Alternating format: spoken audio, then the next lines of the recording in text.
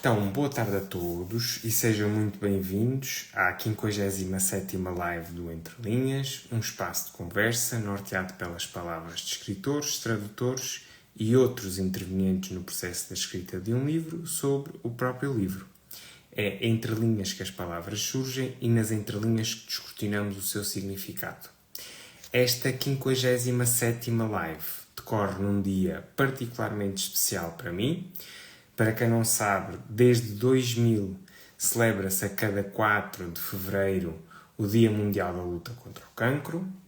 E aqui mostro-vos uma das lembranças que ofertamos aos doentes aqui no Hospital Dia de Oncologia.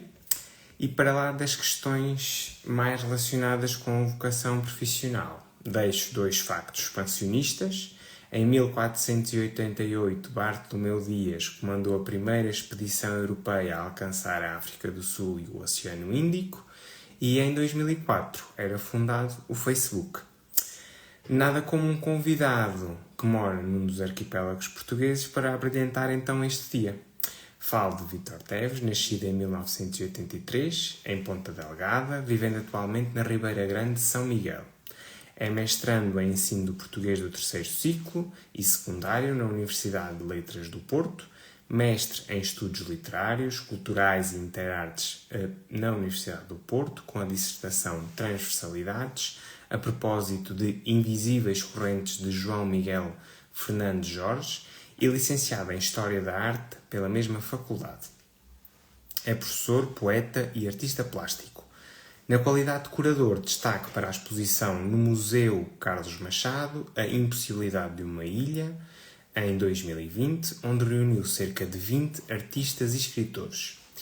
Enquanto artista plástico, destaque para as exposições Articulações e Outros Cortes, na Casa da Cultura Carlos César, Lagoa, e para Entropia Solar, no Museu Municipal da Ribeira Grande, ambas em 2023.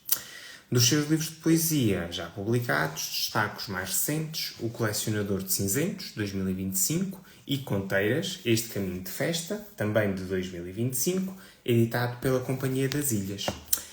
Sem mais delongas, vou adicionar então o Vítor à conversa, porque é para ouvir que aqui estamos. Antes de mais, eu agradeço muito o facto de teres primeiro cedido aqui o exemplar e depois teres acedido aqui a este meu convite para falarmos então sobre um género que por vezes passa por incompreendido. E eu vou cometer aqui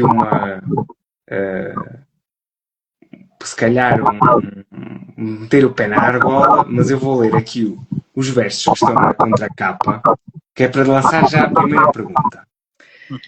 Então, dizem os versos: toda a gente sabe que nas filas de trás estão os pedintes, os humildes, os amáveis, os inteligentes, os verdadeiros, os poetas. E a minha primeira pergunta é: tu sentavas-te na fila de trás? Olá, João, obrigado pelo convite. Eu normalmente, por personalidade, feitio, estou sempre nas filas de trás. Porque as filas da frente exigem um estômago que eu não tenho, ou seja, eu prefiro estar no panorama em que posso observar a sala toda. Ok. E claro que este poema é uma brincadeira, mas também acho que há muita verdade aí, porque, de uma forma geral, e o sentido primordial deste poema é que a poesia, sobretudo a poesia, os poetas, são os últimos a serem chamados para qualquer coisa, ou seja, é sempre um corpus que está longe da sociedade, ou não é devidamente valorizado. Mas sempre foi assim, não é? Já Platão pedia na República para que os poetas fossem expulsos da cidade. E eu durante muito tempo não conseguia, nos primeiros anos não conseguia perceber porquê, mas agora já começo a perceber porquê. Porque os poetas e também é uma ideia do que é que eu acho que é um poeta. Um poeta tem que colocar o dedo na ferida, Uhum. tem que chamar a atenção do que está mal, tem que ter um papel social. Embora eu não acho que a poesia só possa ser social. Não, acho que seria extremamente redutor. Mas que há uma. Tem que ter um papel ativo na sociedade. E a poesia e os poetas têm sempre tido, não é? Por isso é que eles são sempre maltratados.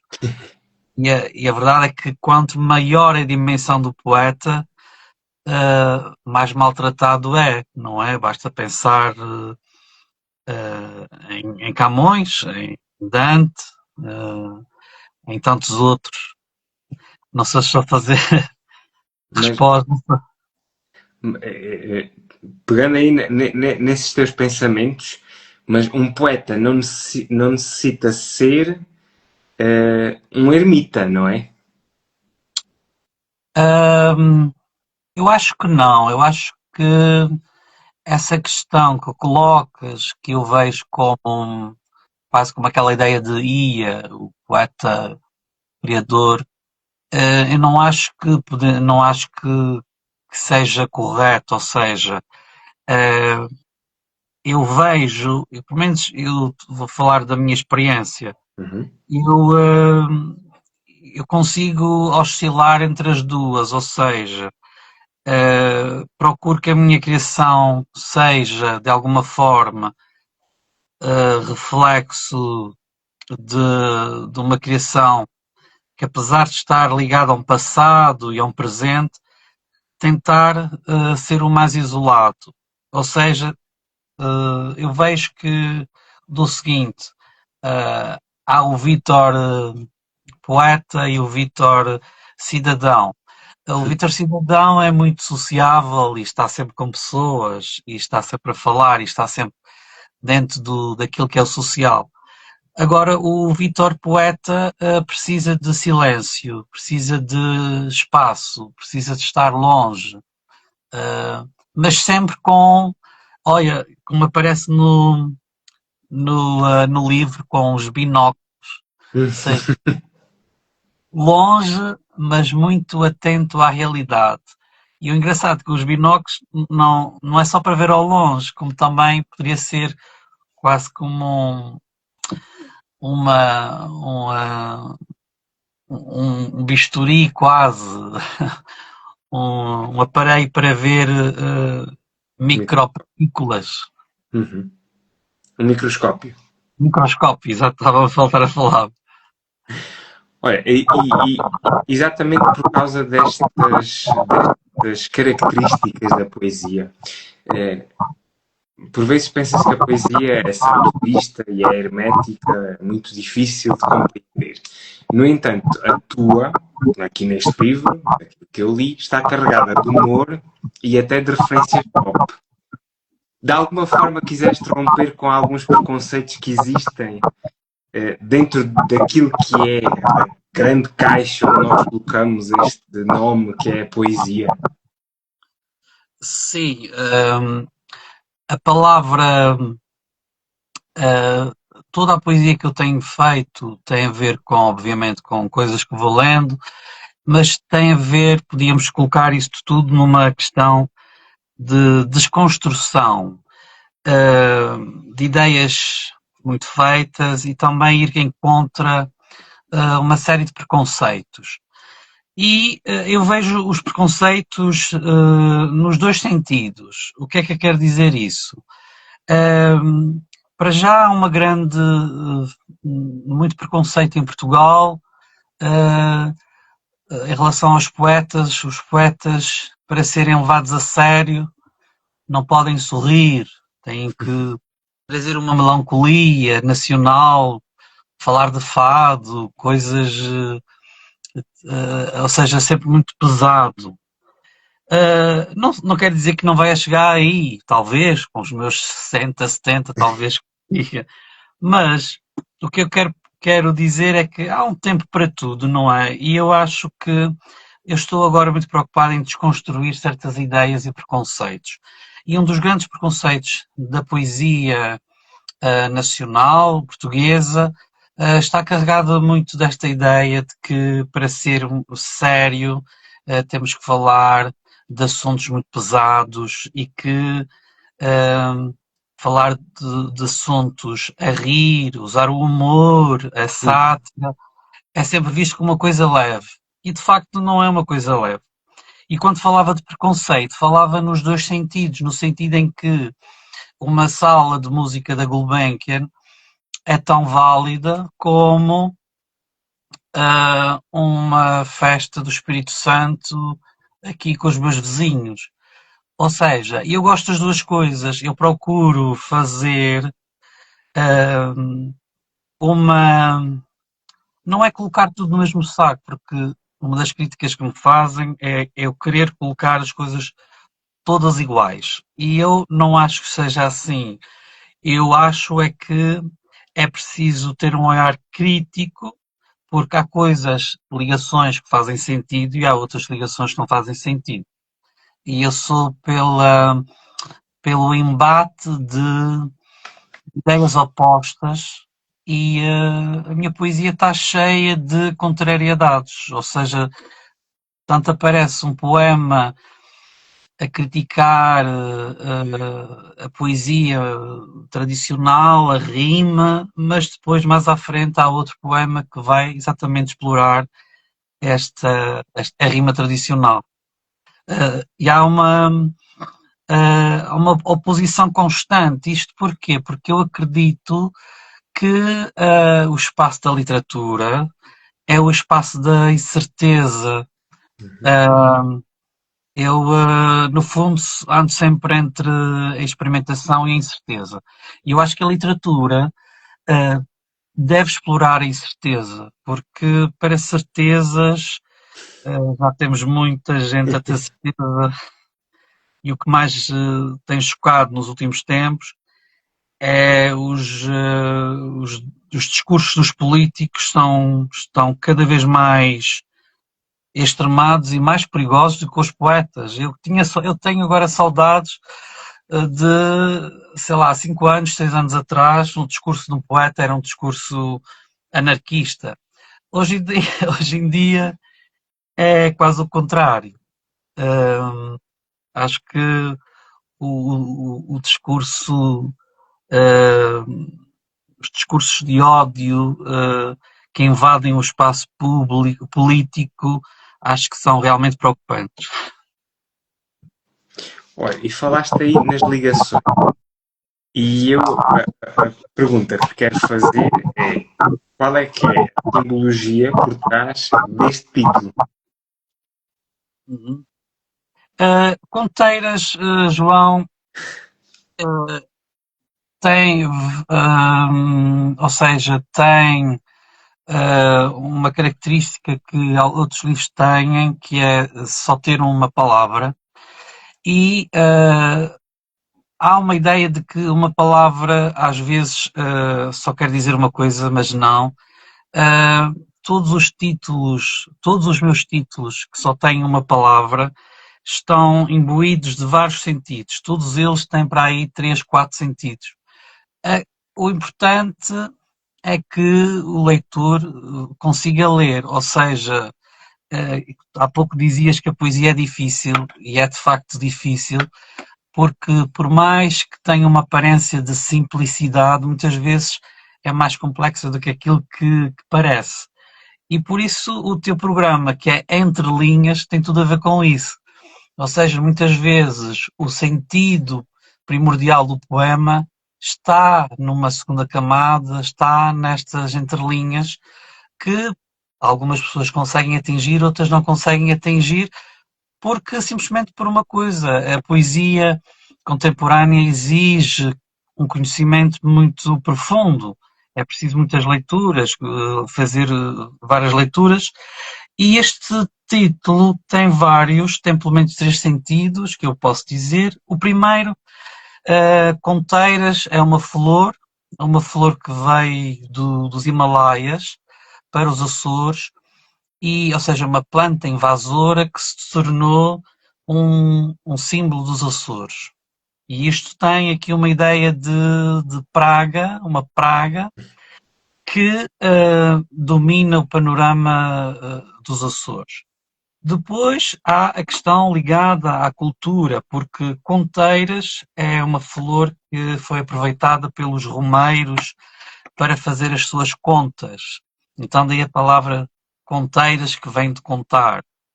E também um terceiro sentido, que também gosto muito, que parece quase como uma junção entre contar e contar eiras. Eiras, o espaço que está ligado à terra, à limpeza de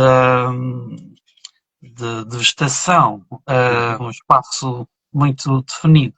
Então há aqui uma sobreposição de camadas de leitura, mas aquela que talvez mais me interessa é a flor enquanto identidade dos Açores e a Uhum. ideia também de Praga, uma Praga positiva. Uhum.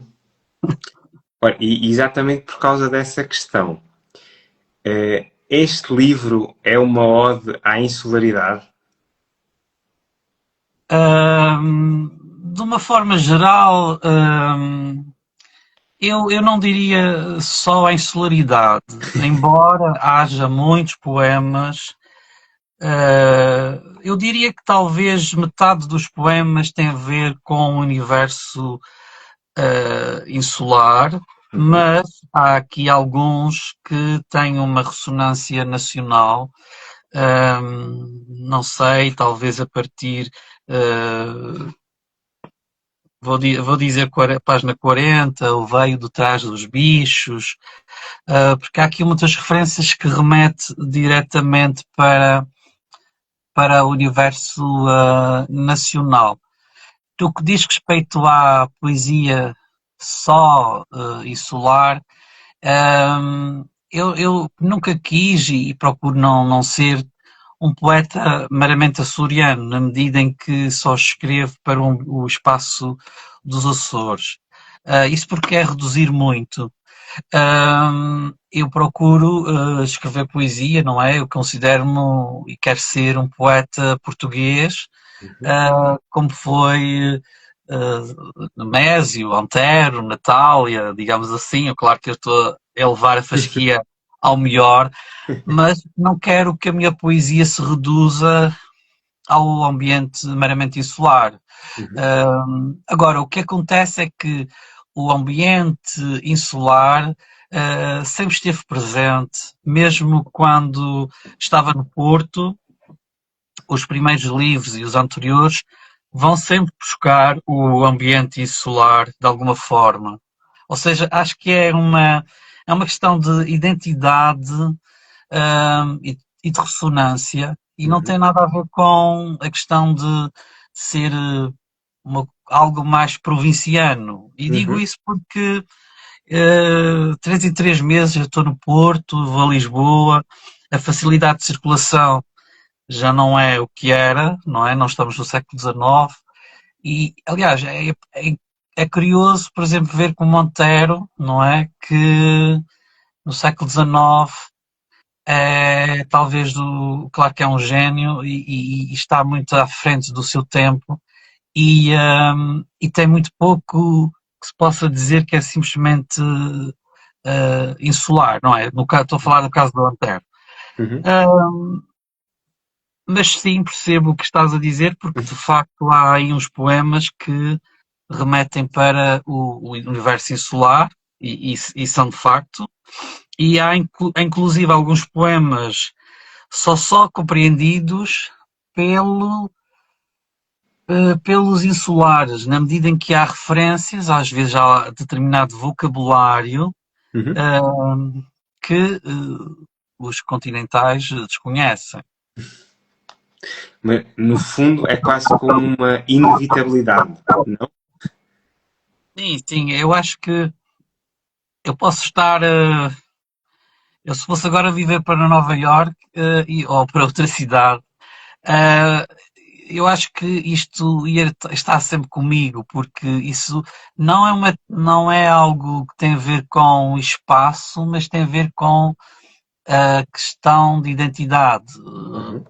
Eu costumo dizer muitas vezes,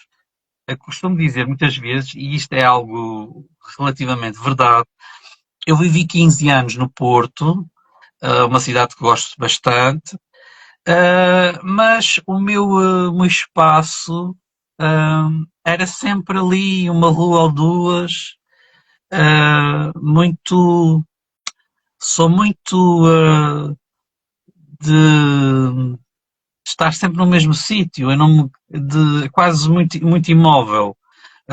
Nesse aspecto, eu sou quase algo que faz lembrar o Pessoa, não é? O Pessoa que estava sempre em Lisboa e que não saía, Uhum. que viajava.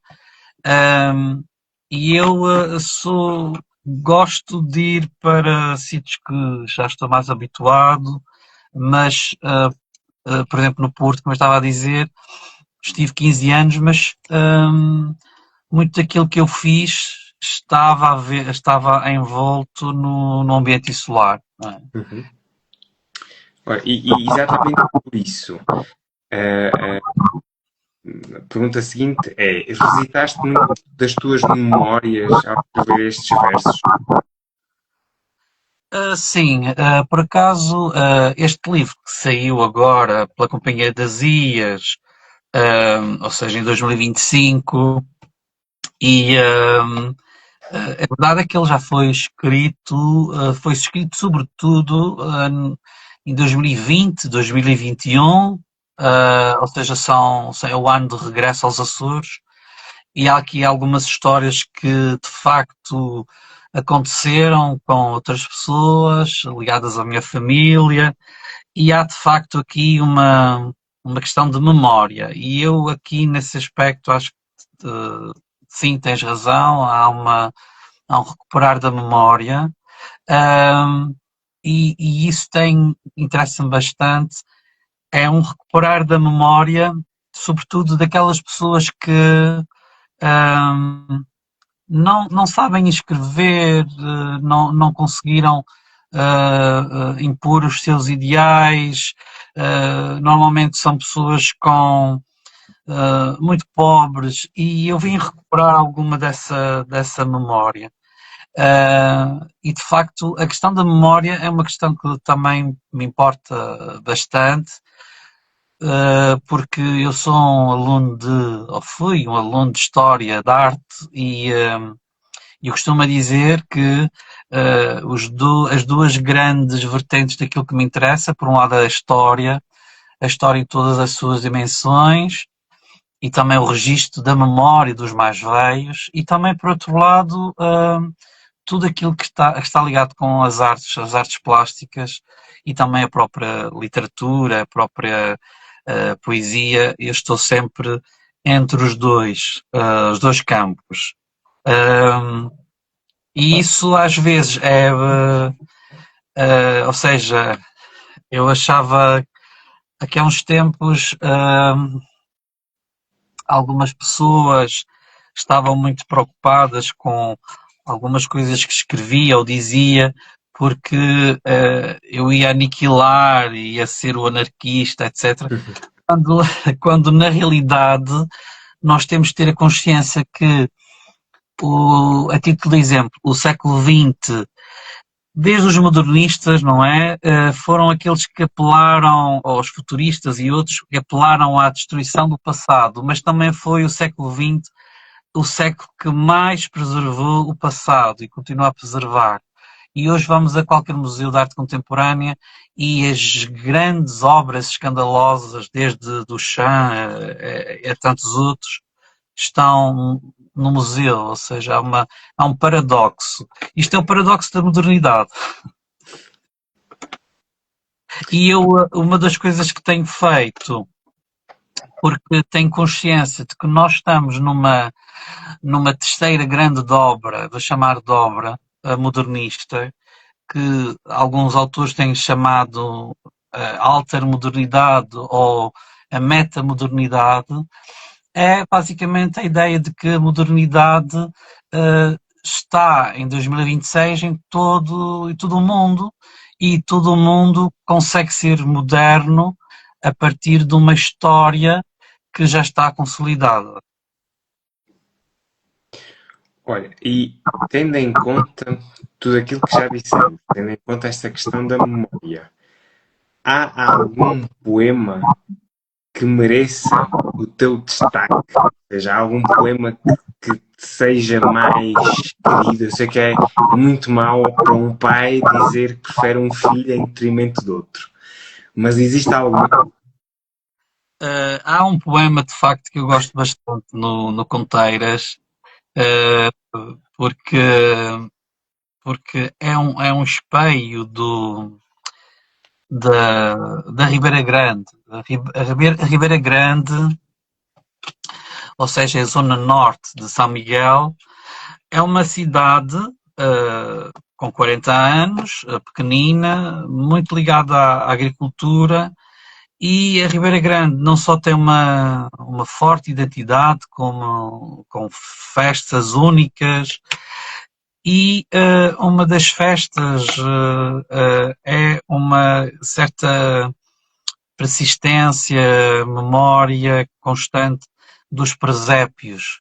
Uhum. E não só temos um ex-libris de um presépio do século XVIII, que é o arcano, como é tradição os presépios todos os anos.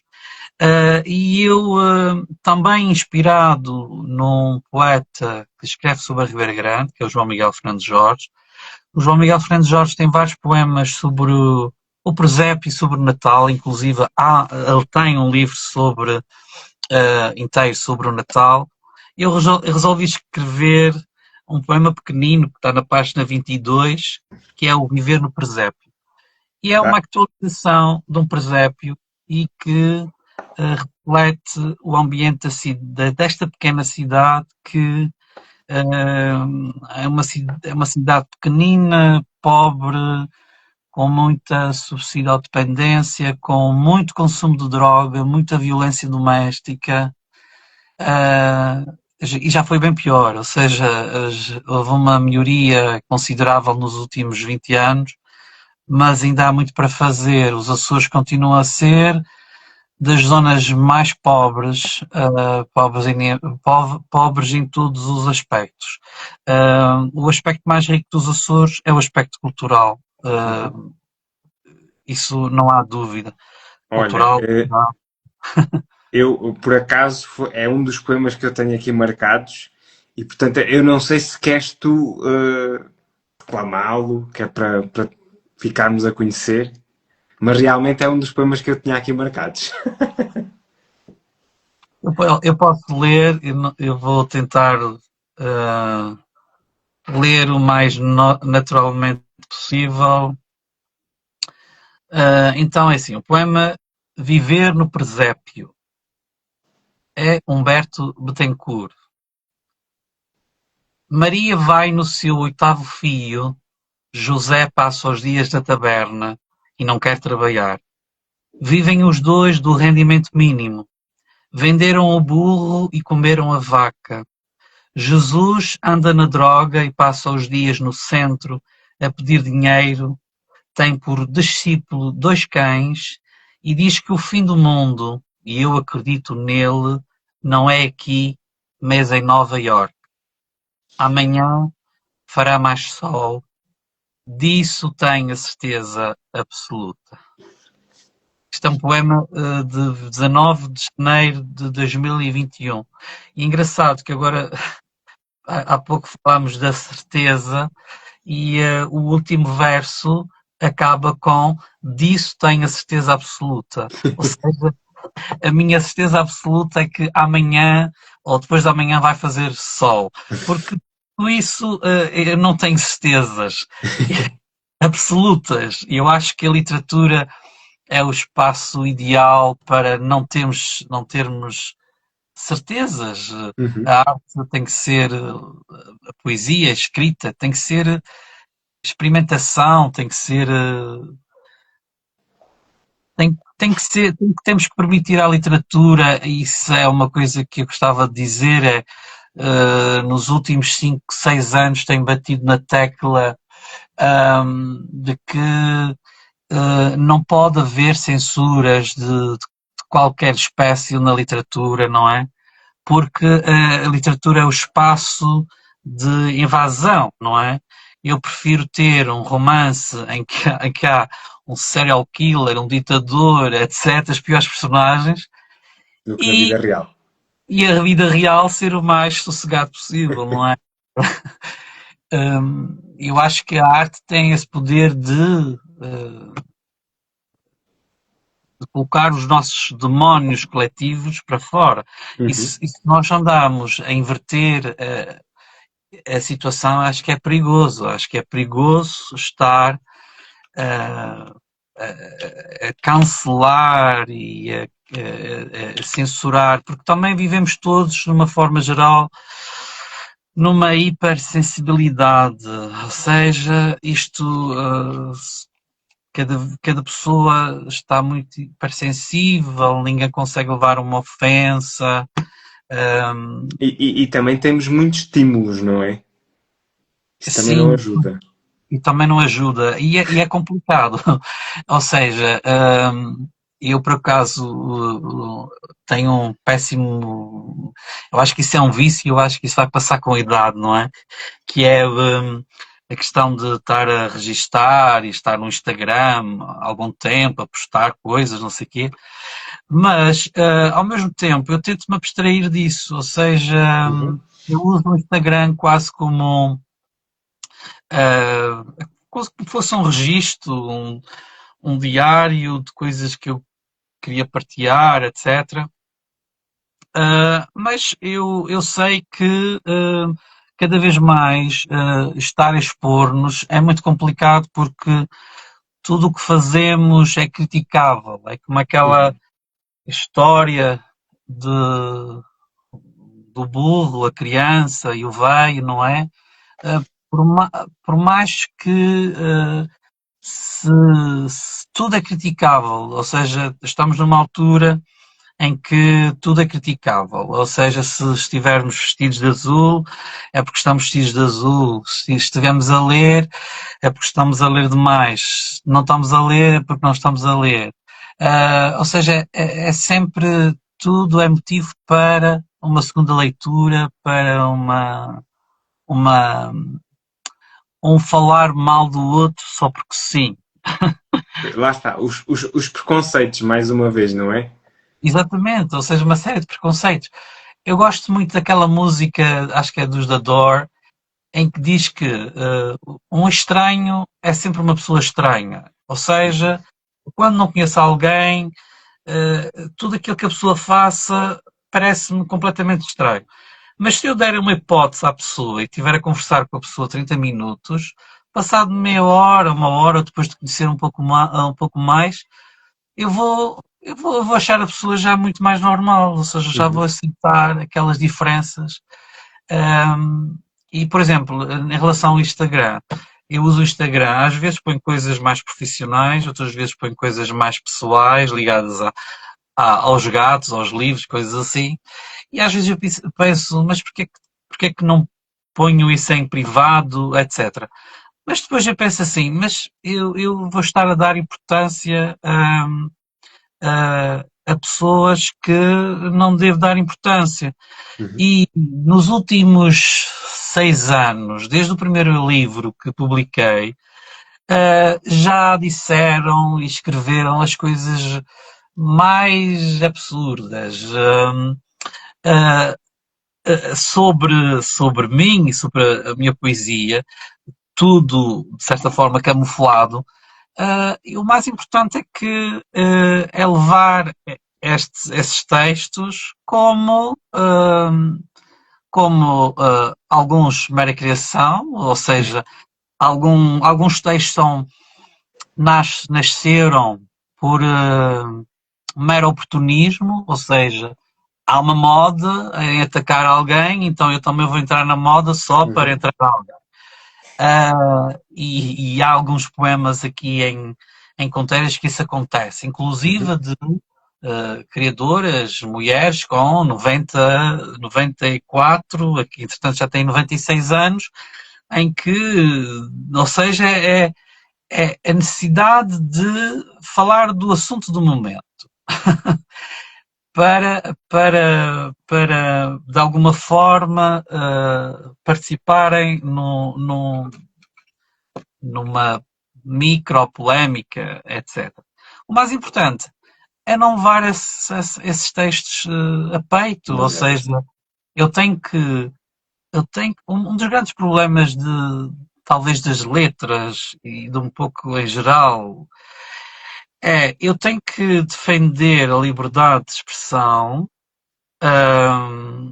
e a começar pela expressão das pessoas que não gostam de mim ou que não me conhecem. Uhum.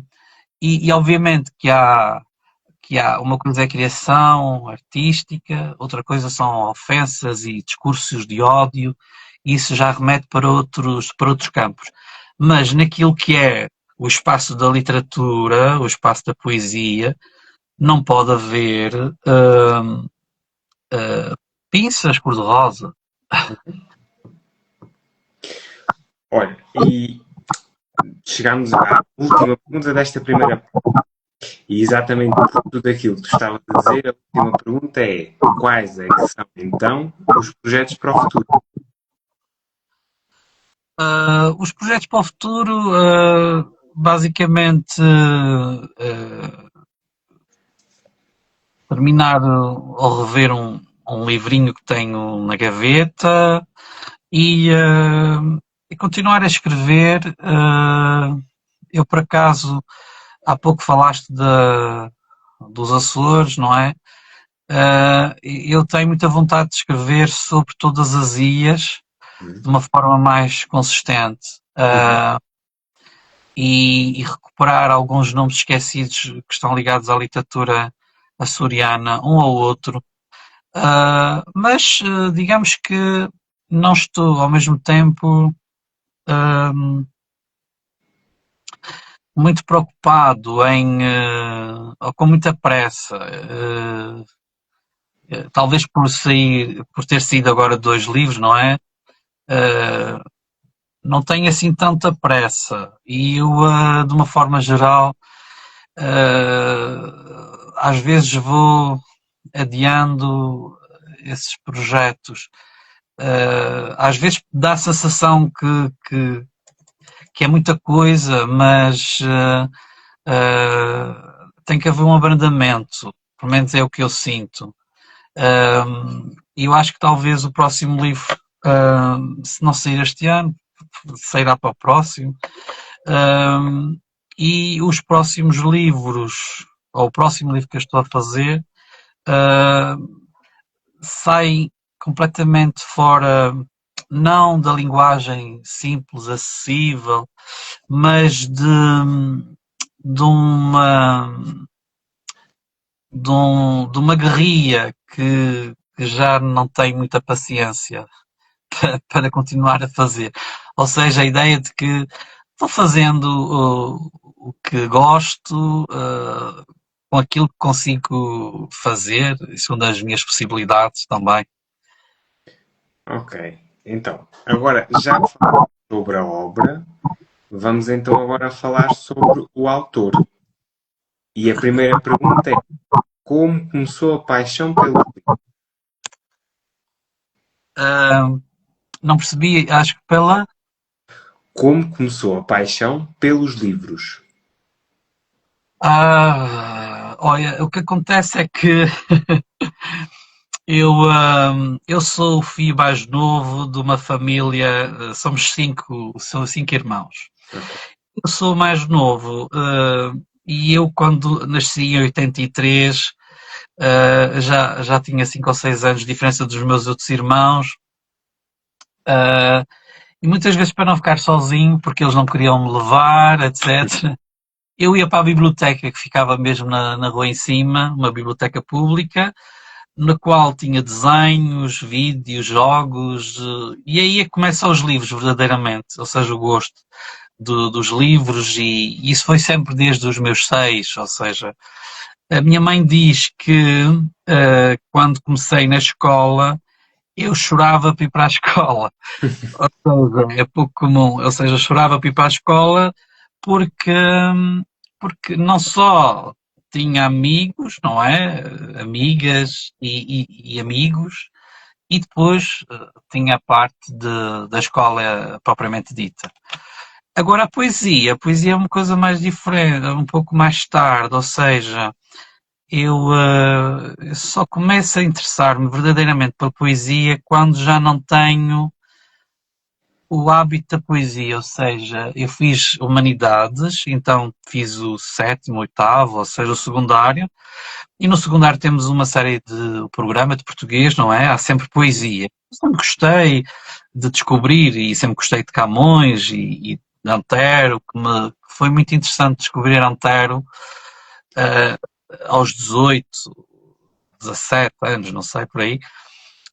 Entretanto, fui para a universidade, fui o que eu sempre quis fazer, ou que eu sempre quis ser, e isto é muito curioso, eu sempre quis ser professor de História, já no meu secundário, não é? Só que a História sempre esteve pela hora da amargura, e quando chegou ali ao 12º ano, eu tive que escolher algum curso, e fui para a Sociologia, não é? E depois foi no meu primeiro ano de Sociologia, ou seja, com 18 anos, em que tinha aquelas cadeiras, algumas muito aborrecidas, economia, etc. Detestei. E matemática era também uma coisa horrorosa, era uma estatística, não detestei. E era um aluno de humanidades. E eu comecei a ter muita falta da poesia.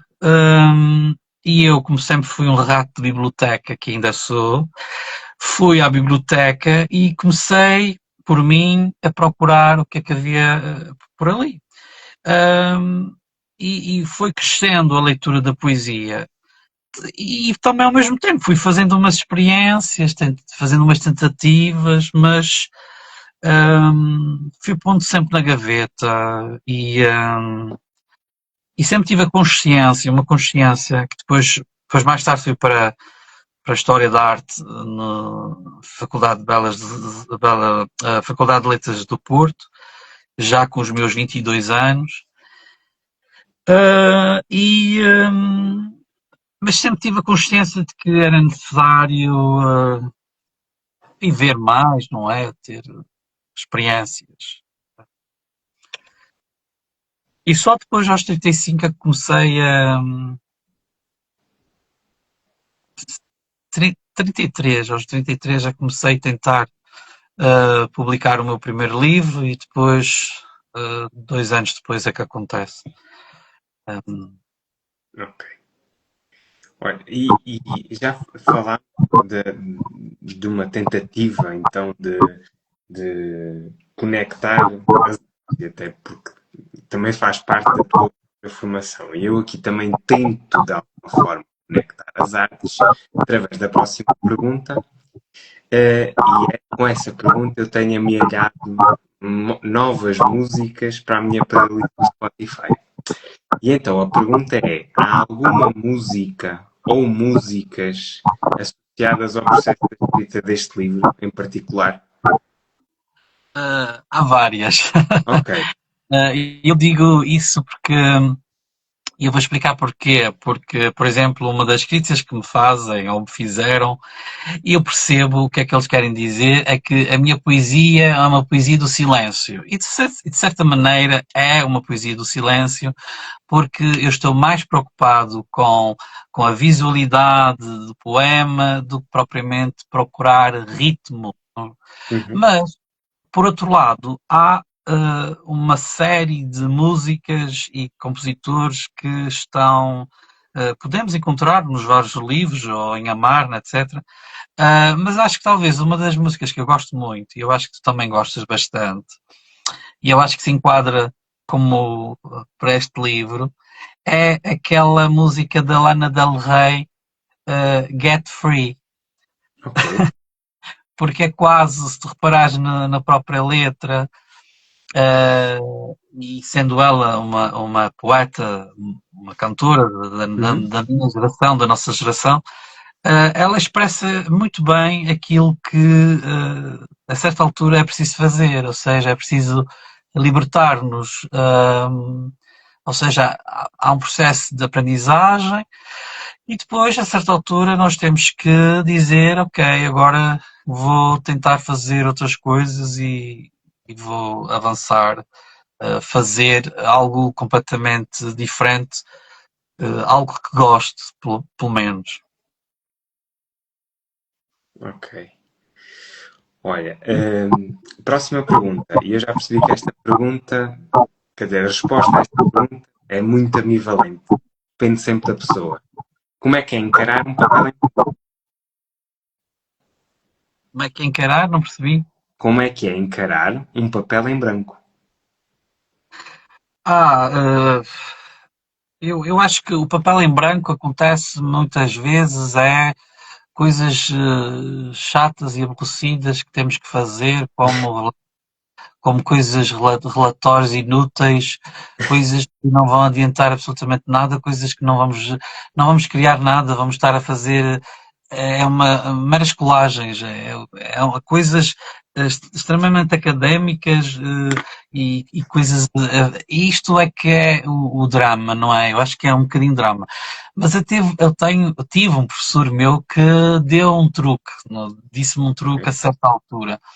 E ele diz que quando nós temos dificuldade em fazer esses ensaios, o que devemos procurar fazer é vamos colando quase aleatoriamente as citações, as partes importantes, e depois, passado alguns dias, aquilo surge.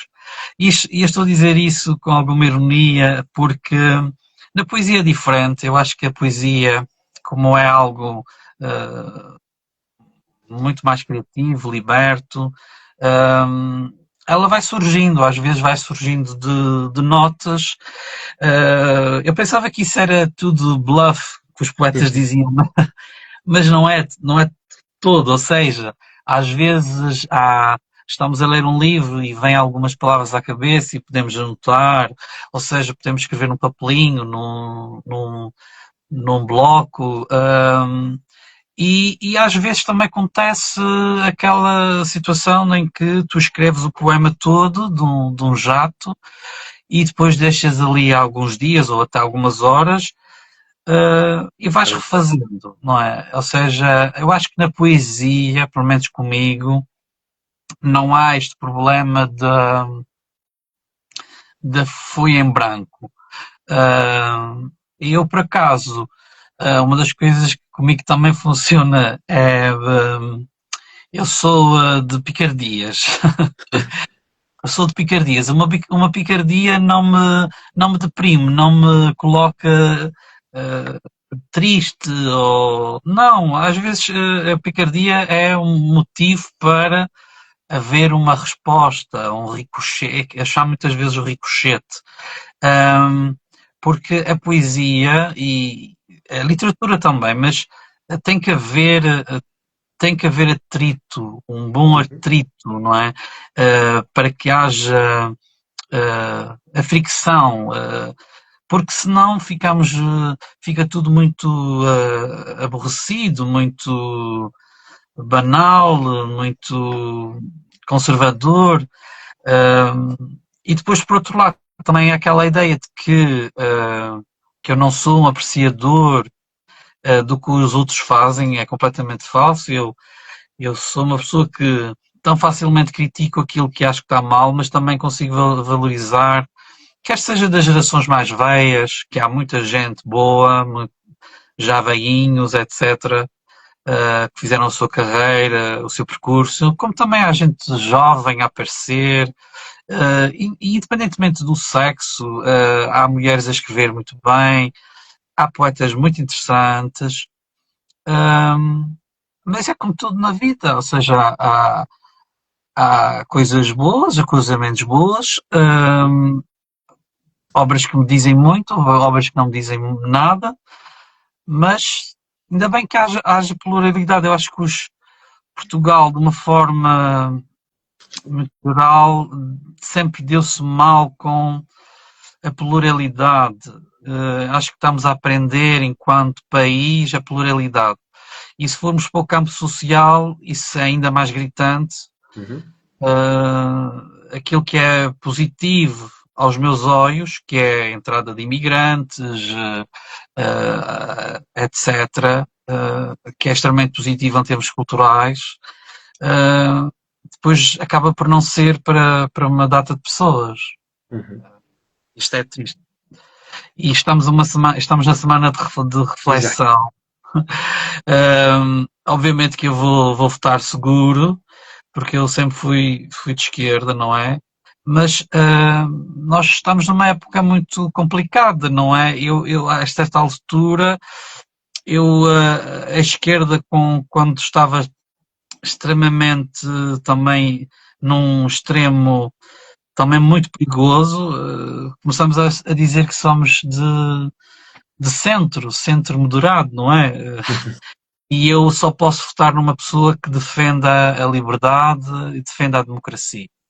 E eu acho que é extremamente perigoso o panorama actual e os próximos anos.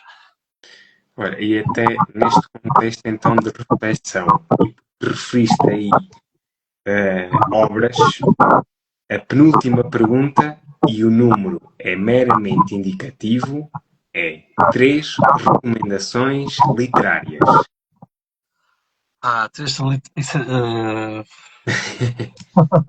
Eu sei, eu sei.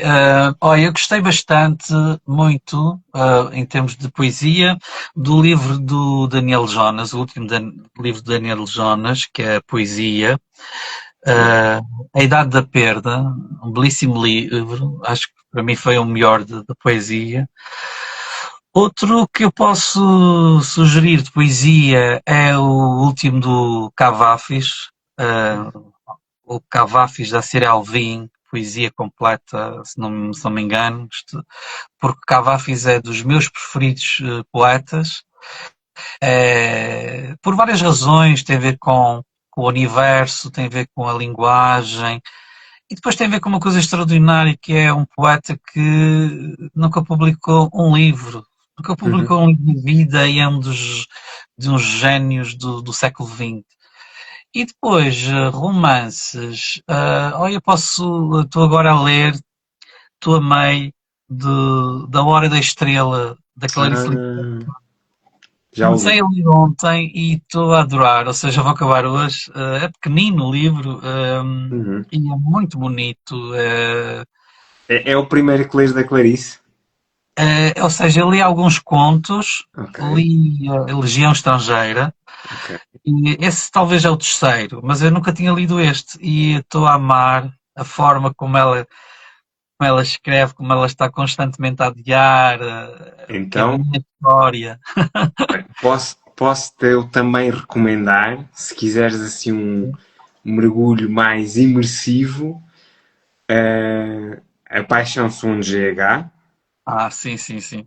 E se quiseres um mergulho ainda mais imersivo, mas isso é quase ficar em apneia, Água Viva. Água Viva. A Ok? paixão eu já conheço, ou seja, pelo menos o nome. Agora a água não conheço de todo. Mas vou ler nos próximos tempos. A Aquele água viva é um fluxo de consciência sem fim. Não, aquilo é de facto fascinante. E então eu estou a adorar o livro. Uhum. É que às vezes, ou seja, tenho outras coisas a fazer, mas quando o livro é pequenino, nós pegamos nele e lemos assim numa assentada. Uhum. Mas sim, vale muito a pena a Hora da Estrela. Uhum. Sim, senhor. Chegámos então à última pergunta. Eu faço sempre aqui um preâmbulo porque a última pergunta requer assim uma preparação mental. A última pergunta é: se a tua vida fosse um livro, qual seria o título?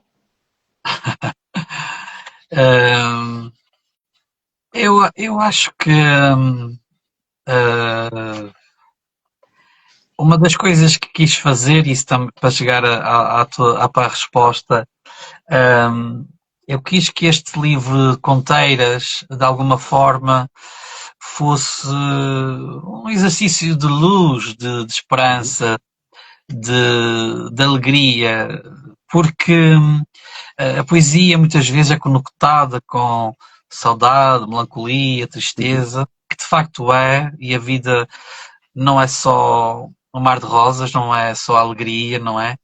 Mas eu também tenho que ter em conta aquilo que eu já disse uma vez, que é eu tenho agora 42 anos, há coisas que ainda não passei, há coisas que não vivi, ou seja, eu não quero ficar velho aos 42, na medida em que eu acho que eu estou numa fase da vida em que o livro, posso morrer amanhã e acho que o título do livro seria algo um, alegre, acho que seria de uma forma geral alegre.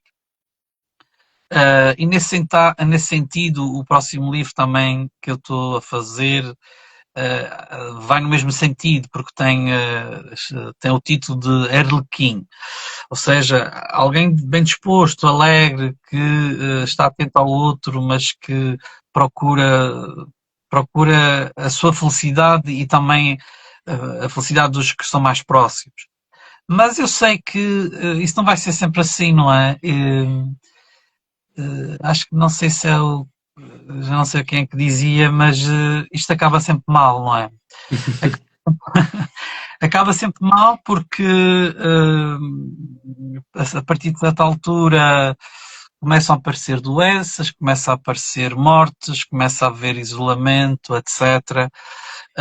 E essas coisas eu não posso antecipar, não é? E eu Uhum. percebo que aos 70 anos, etc., aí sim acho que a melancolia, a saudade, etc., vai aparecer muito. E eu tenho e vivo com uma pessoa que vivia com dois, agora vivo com uma, não é? Com uma pessoa que é a minha mãe, que já tem 79 anos, e eu vejo que a vida não é sempre fácil, não é? E no fim da vida há sempre um lado mais negro. E aí, nesse aspecto, não sei do futuro, mas aí acho que preferia um título mais O Corcel Negro, por exemplo. Corcel Negro, porque é um excerto de Antero, de um poema de Antero, e porque é negro e eu gosto nas artes plásticas bastante de trabalhar o preto e o negro. Ok. Uh, Olha, seja, diz-me só, recorda-me só, que eu se calhar não consegui perceber qual é que era o primeiro título. há entre o Arlequim Era o... e um corcel negro. Ok, entre o Arlequim e o Marcelo Negro. Ok, sim O senhor. primeiro, o primeiro será um breve, um próximo livro. O corcel negro, não sei, talvez um futuro, não sei. Se Deus Quase formava aqui um díptico, não é? Assim, umas sim, portadas. sim, porque no fundo tudo é. Sempre tive essa consciência que tudo balança entre a felicidade e a tristeza. E eu tenho alguns poemas nos outros livros em que há personagens extremamente, aparentemente muito felizes, mas que estão a sofrer bastante. Ou seja, a Uhum. ideia de que isso também, alguns poemas, um dos temas de alguns poemas que tenho feito é a ideia de que uh, a solidão, a dor, pode muitas vezes não ser visível. Uhum. E eu já tive pessoas da família, e isto é obviamente também inspirado em pessoas próximas, em que eram muito felizes, aparentemente muito felizes, mas tinham histórias de vida muito complicadas. E, hum, e o visível não é. Essa ideia de visível e invisível também está muitas vezes presente. Uhum. Então, ficamos então aqui com este título, Entre o Arlequim e o Corcel Negro, certo? Eu prometo não cobrar direitos de autor. Pronto, e assim chegamos ao final da nossa conversa. Espero que tenha sido proveitosa, espero que tenhas gostado. Sim, sim, gostei bastante. Lá a imagem, mas o essencial foi dito e também gostei das tuas leituras, daquilo que disseste. Pronto, Ainda bem então que agora vamos terminar por aqui, está bem? Já com esta ideia do que vem por aí. Agradeço-te mais uma vez o facto quer de ter podido ler este livro e ter conseguido conversar contigo. E até uma próxima. até uma próxima, João. Muito obrigado pelo Obrigado. convite.